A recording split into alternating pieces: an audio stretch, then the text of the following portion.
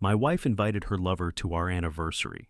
She booked him a seat at the restaurant where I proposed, called it a friend group dinner, expected me to smile through it because she'd spent 4 years learning that I would rather absorb a punch than cause a scene. She was right about the old version of me, but I'd spent the previous 16 days doing something she didn't know about. I'd been to a lawyer, I'd moved money, and when Caleb reached across the table to refill her glass like he'd done it 100 times before, I let him finish. The morning started with a phone call I almost didn't make. I'd been trying to confirm a small thing.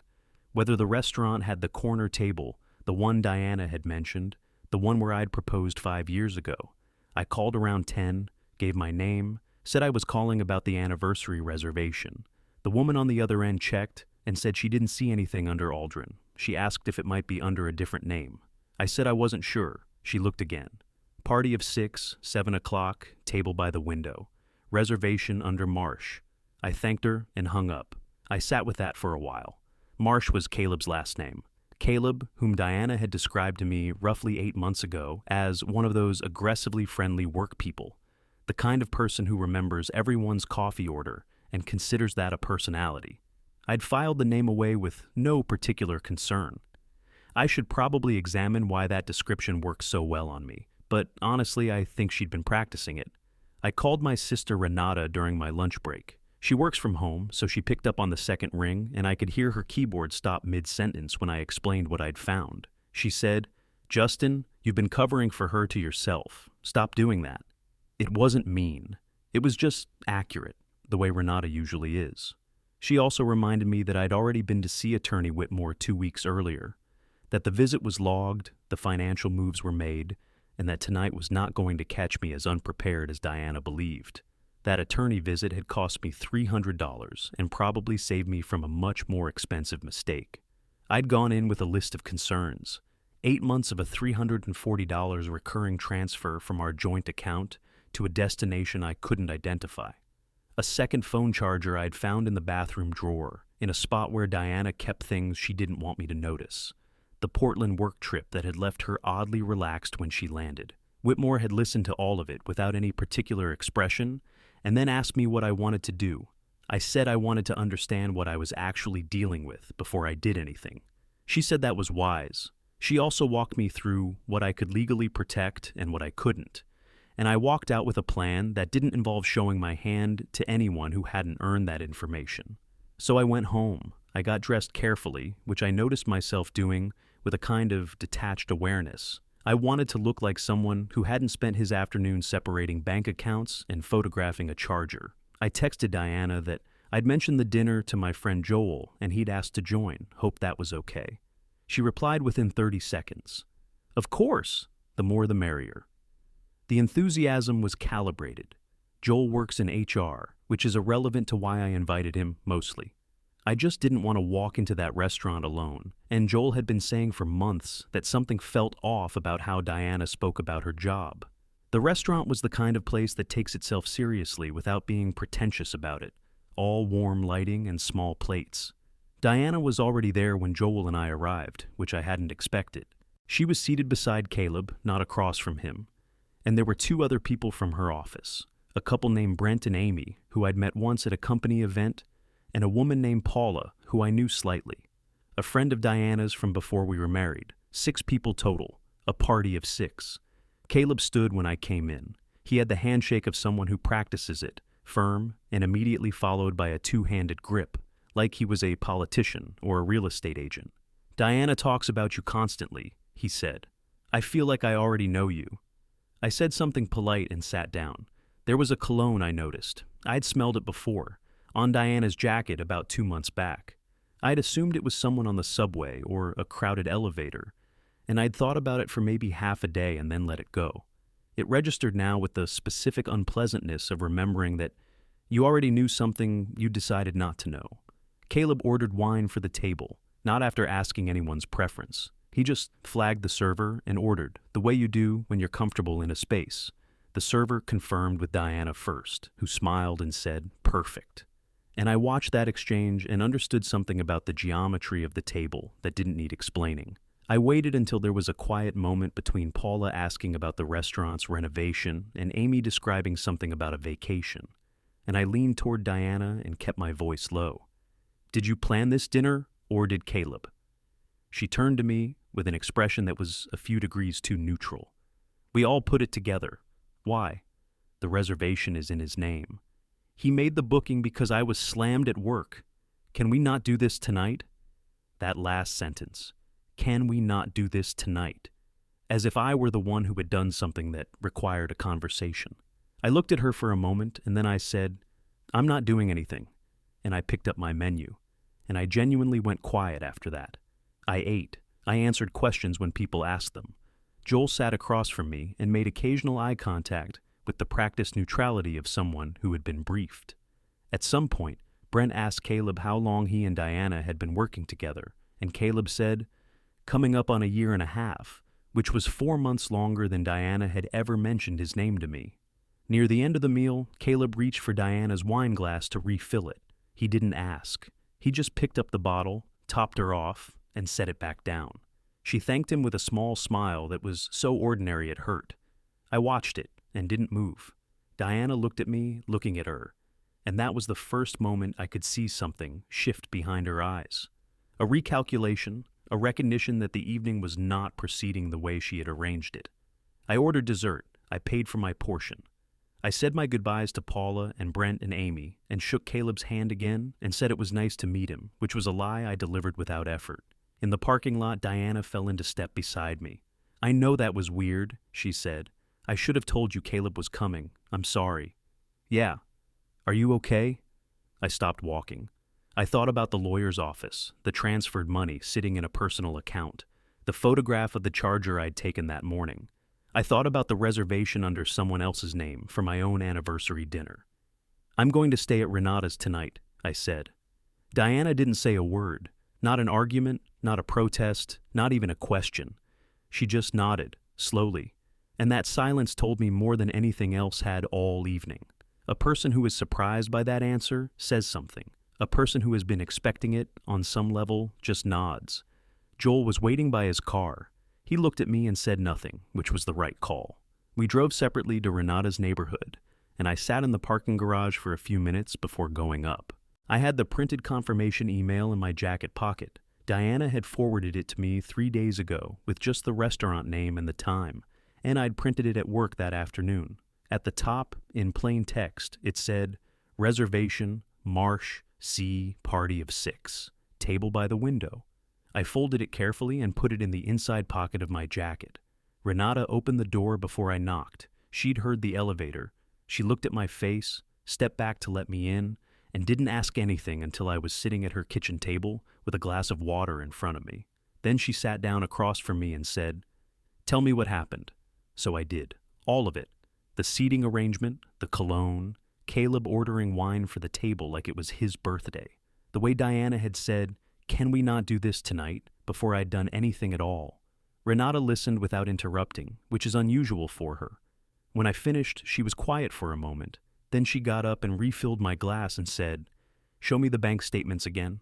I pulled them up on my phone. 8 months of $340 transfers, every month like clockwork, going to an account I'd never been able to identify. Renata scrolled through slowly. She stopped at the date the first one appeared. "That's 2 months after you got promoted," she said. I hadn't noticed that. I don't know why I hadn't noticed that, but I hadn't. She handed the phone back. "Whatever that account is, it's not a forgotten subscription." I knew she was right. I'd known for a while, actually, in the way you know things you haven't yet decided to do anything about. I texted Attorney Whitmore that night, just a brief message saying the dinner had confirmed my concerns and asking whether we could move forward. And she replied the next morning, saying she'd start preparing the formal separation paperwork and to document everything carefully going forward. Diana texted me around 11 that night. "We need to talk. I know I handled the dinner badly, but I need you to come home so we can actually talk." I read it twice and didn't respond. She called at 11:40. I let it go to voicemail. Her message said she was worried about me, that she felt like I was shutting down and that wasn't fair to either of us. I listened to it once and noticed she'd made herself the worried party in a situation she had constructed entirely. I saved the voicemail. I wasn't sure I'd need it. I saved it anyway.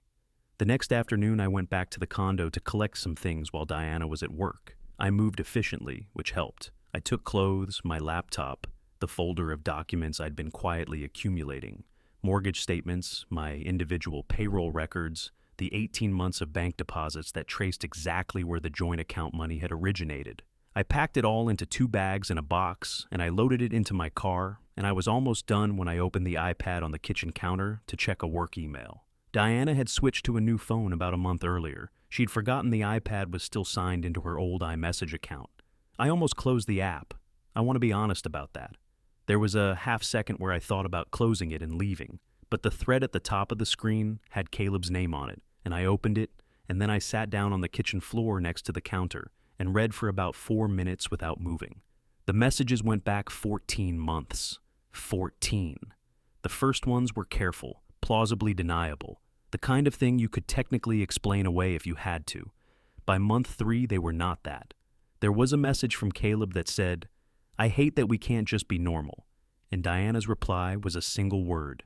Soon. Soon. She had a timeline. She'd been managing one.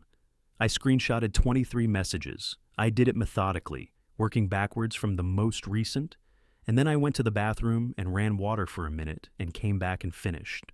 I left a note on the counter. "I'll be in touch through my attorney." I drove to Renata's without stopping anywhere. Renata was on a work call when I arrived. I sat at her table and waited, and eventually she came out and saw my expression and mouthed, 2 minutes. I nodded and looked at my hands. When she finished, she sat across from me, and I showed her the screenshots. She read them carefully, scrolled all the way through, and handed the phone back without saying Caleb's name once. What she said was, "Do you have copies of those somewhere other than your phone?" I emailed them to myself while she watched. Then I texted them to her. Then she printed them at her home printer and put them in the folder she'd already been storing at her apartment with copies of the mortgage statements and the bank records. Renata has always been systematic about things she considers important. I found a sublet through a coworker, a furnished 1-bedroom about 3 miles from my office, $1,400 a month, available immediately.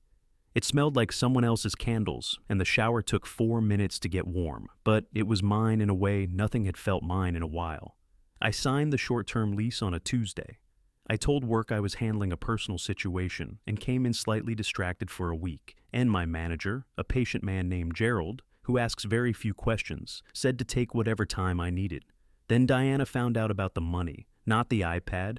She didn't know about that yet, but Whitmore had already advised me that the $14,000 I'd transferred out of joint savings, 18 months of my direct payroll deposits that I could trace to the dollar with bank records, was legally defensible as my own contributed principal. Diana's attorney sent a letter anyway, about 10 days after I moved out, using the word misconduct and requesting a freeze on marital assets pending formal mediation.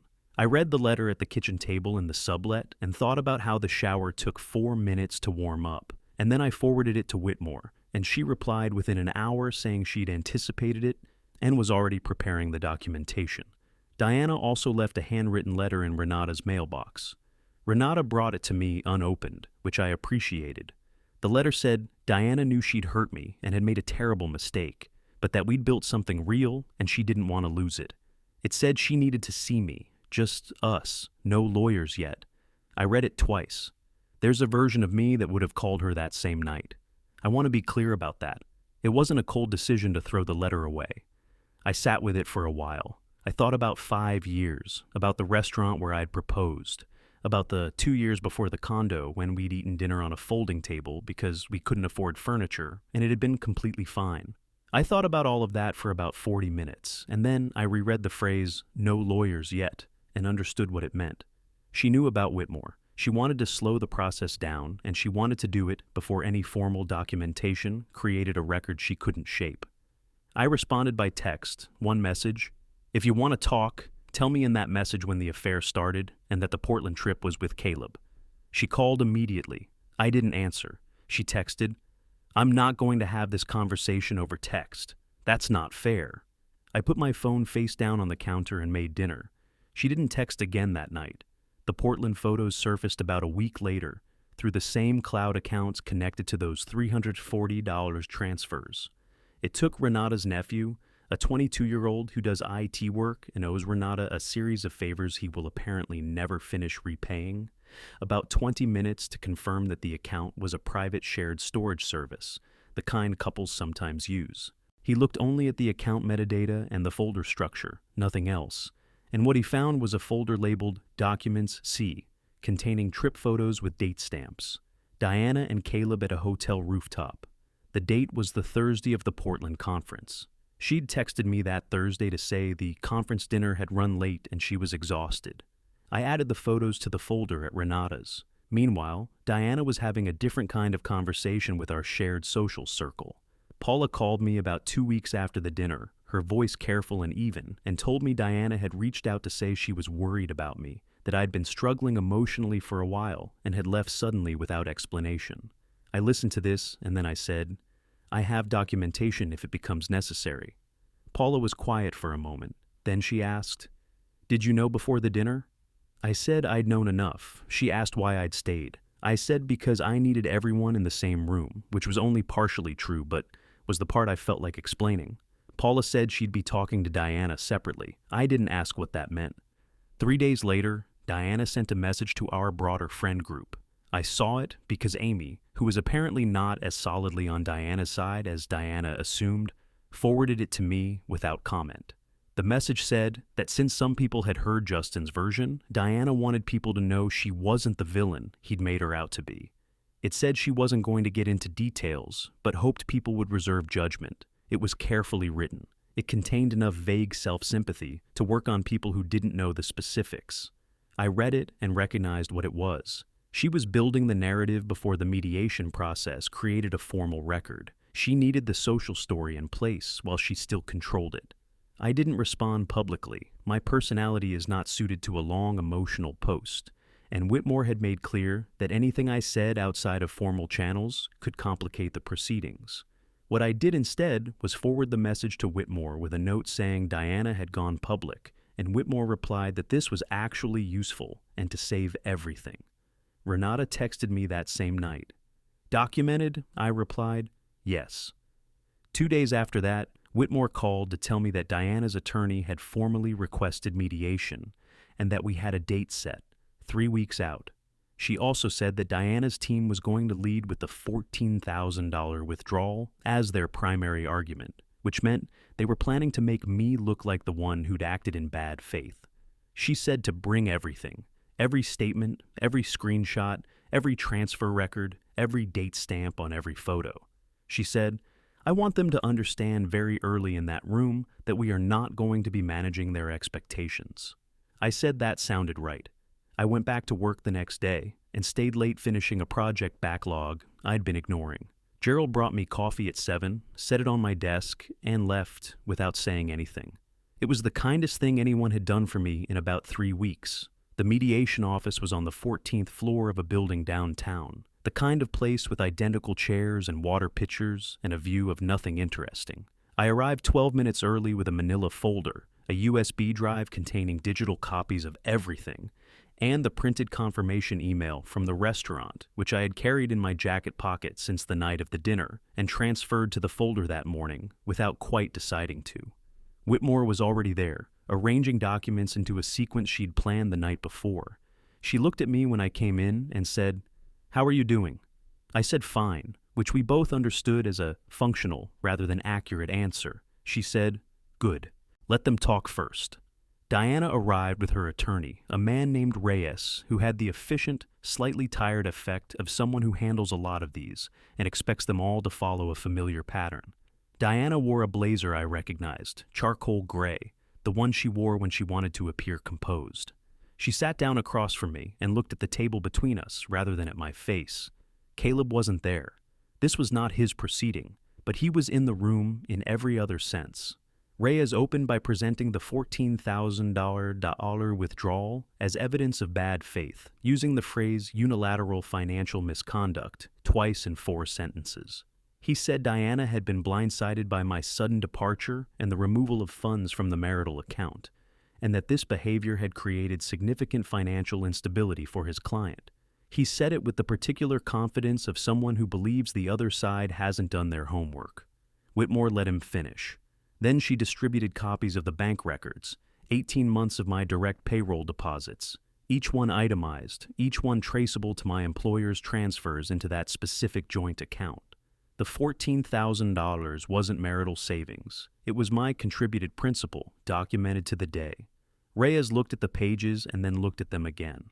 Diana looked at her attorney. Whitmore said pleasantly, "We can move on." Reyes pivoted. He said Diana was prepared to acknowledge that the marriage had experienced difficulties, but that she wanted to address what he called my hostile departure and the smear campaign I'd conducted against her within their social circle. He mentioned the group text. He did not apparently know that I had a copy of Diana's own group text, forwarded by Amy, sitting in the folder in front of me. Whitmore placed the iPad screenshot printouts on the table. 23 messages, printed in order, with dates clearly visible in the header of each one. 14 months of a relationship Diana had described to a mediator's office 2 minutes earlier as difficulties.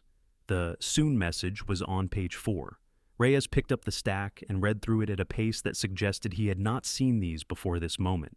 Diana looked at her hands. Reyes asked for a 5-minute recess. We took it. Whitmore poured herself water and checked her notes, and didn't say anything to me, which I appreciated. I looked out the window at the building across the street and thought about nothing in particular. I checked the time on my phone. 5 minutes is a long time when you're waiting for someone to recalibrate their strategy. When Reyes and Diana returned, she had shifted her approach. Her voice was carefully modulated, the tone she used when she wanted to sound reasonable above all else. She said she understood how the messages looked, but that they required context. She said what had developed between her and Caleb had begun as an emotional friendship that had become inappropriate, and that she took full responsibility for allowing it to go further than it should have. She said Portland had been complicated. Whitmore said, "The hotel reservation and the date-stamped photographs established that your client and Mr. Marsh were together in Portland on the specific night she told my client she was at a conference dinner with colleagues. But I'd also like to direct everyone's attention to something said at the anniversary dinner itself, which my client's friend Joel was present for." Diana looked at me for the first time. Whitmore continued, "At the dinner on your 5th anniversary, Mr. Marsh mentioned Portland unprompted. He said, and I'm quoting from a written statement provided by Joel, 'Diana and I were just talking about that restaurant last month. Actually, I think it was when we were in Portland. Your client's explanation was that Portland was a solo work trip.' The word solo sat in the room for a moment. 'Caleb said that?' Diana said. Her voice had changed registers slightly. 'He mentioned Portland. I didn't.' 'Your client is correct,' Whitmore said. 'Mr. Marsh said it, at a dinner celebrating your marriage, in front of witnesses, which is precisely the issue.' Diana looked at Reyes. He was reading the Joel statement, which Whitmore had included in the packet without announcing it in advance. It was a single page, signed, describing the seating arrangement at the dinner, Caleb's role as the effective host, and the Portland comment, written in the dry and precise language of someone who works in HR and knows exactly how a written account should read. Reyes set the page down. He asked whether my client had any documentation establishing when the attorney consultation had taken place, which was either a genuine question or an attempt to suggest I'd manufactured preparation after the fact.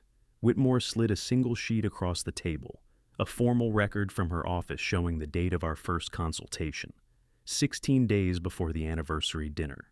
Diana picked up that sheet and read it. She set it back down very carefully, aligned with the edge of the table, which was such a precise and involuntary gesture that I had to look at the water pitcher to keep my expression neutral. Reyes made one more argument. He said the dissolution of the marital home should proceed as an equal split of the condo's current equity, which Whitmore agreed was the appropriate starting point. Then she placed the transfer records on the table, 8 months of $340 monthly payments from the joint account to the private cloud storage service Diana had shared with Caleb. $2,120 in marital funds, diverted without disclosure to support an infrastructure the marriage had been financing without my knowledge. Reyes said it was a minor amount. Whitmore agreed that it was minor, but it establishes a pattern of financial concealment that was active during the period my client undertook what your office characterized as bad faith asset protection. Given that his withdrawal was documented principal and hers was undisclosed diversion, we'd like the $2,720 attributed to my client's settlement share. The mediator, who had been quiet for most of the session, made a note. He said that seemed reasonable given the documentation and that he'd include it in the formal agreement. The session ended about 40 minutes after that, mostly logistics. I signed the preliminary agreement that afternoon. The condo would go on the market. My share of the equity, once the attribution was calculated, would come to approximately $37,400, not a life-changing amount. Enough. In the hallway afterward, waiting for the elevator, Diana came to stand near me. Her attorney had gone ahead. It was just the two of us in the faint office hum of the building. She said, "I know you think you handled this perfectly." I looked at her. I said, "I didn't. I should have asked you directly 6 months ago." She seemed surprised by that. She said, "Why didn't you?" I thought about it honestly, which I owed her even then. "Because I was hoping I was wrong about you." The elevator opened. I got in. She stayed in the hallway and the doors closed, and that was the last conversation we had. The condo sold 6 weeks later. I received a check that I deposited into the personal account I'd opened the month before, and I sat with the deposit confirmation on my phone for a while, and then I put the phone away and ate lunch. I found an apartment, a one-bedroom, smaller than the condo, with a kitchen window that faced east and got good light in the mornings. I put $20,000 toward the deposit and first year's costs and kept the rest as a buffer for whatever came next. Renata had me over the first Friday after I moved in. She made pasta, the kind with the breadcrumbs she used to make when we were kids and our parents had no money. I sat at her kitchen table and couldn't finish it, and she didn't comment on that either, just covered the bowl and left it on the stove. Joel took me to a bar the following week and told me he'd known something was off at the dinner, that he'd watched the way Diana looked when I arrived with him, like she was counting variables. I asked him what he'd thought at the time. He said he'd thought maybe she'd invited too many people and was stressed about it. He shrugged. Seemed like the charitable read. Paula texted about 3 weeks after mediation. She said she'd told Diana that she didn't think Diana had been honest with any of them, and that she wasn't picking sides, but wasn't pretending either. I said that was fair. I meant it. Diana's mother, Gail, sent a card that arrived about a month later. It said she was sorry it had come to this, and that she hoped I was taking care of myself. I held it for a moment, then put it in the folder with the other documents, which I hadn't thrown away yet. I wasn't sure why I was keeping them, probably because I hadn't decided what they meant to me yet. The condo keys, per my final text to Diana, had been left with Renata. Diana arranged pickup through Renata without contacting me directly, which was the correct approach, and also, I noticed, evidence that she was capable of it when the alternative was worse. One evening, about 6 weeks after moving in, I was unpacking a box I'd been avoiding. The last one, the miscellaneous one that accumulates when you run out of organizational patience. Inside it, under a phone charger and a coffee mug I'd thought I'd lost, was the printed confirmation email from the restaurant. Reservation, Marsh, C, party of 6, table by the window. I'd forgotten I'd transferred it from my jacket to the document folder, and from the folder to the box. I read it once. Then I folded it in half and put it in the recycling bin next to the counter. Then I opened my laptop to look something up, and the browser autofilled a search for the restaurant's website because I'd visited it once before, and the Valentine's reservation page was already active on their homepage. I looked at it for a moment, the date selector, the party size, the little note at the bottom about the window tables booking quickly. I closed the tab. I opened the work email I'd actually meant to find, replied to Gerald about a project timeline, and made coffee while it sent. The kitchen window was dark by then, but in the mornings, when the light came through, it was genuinely good.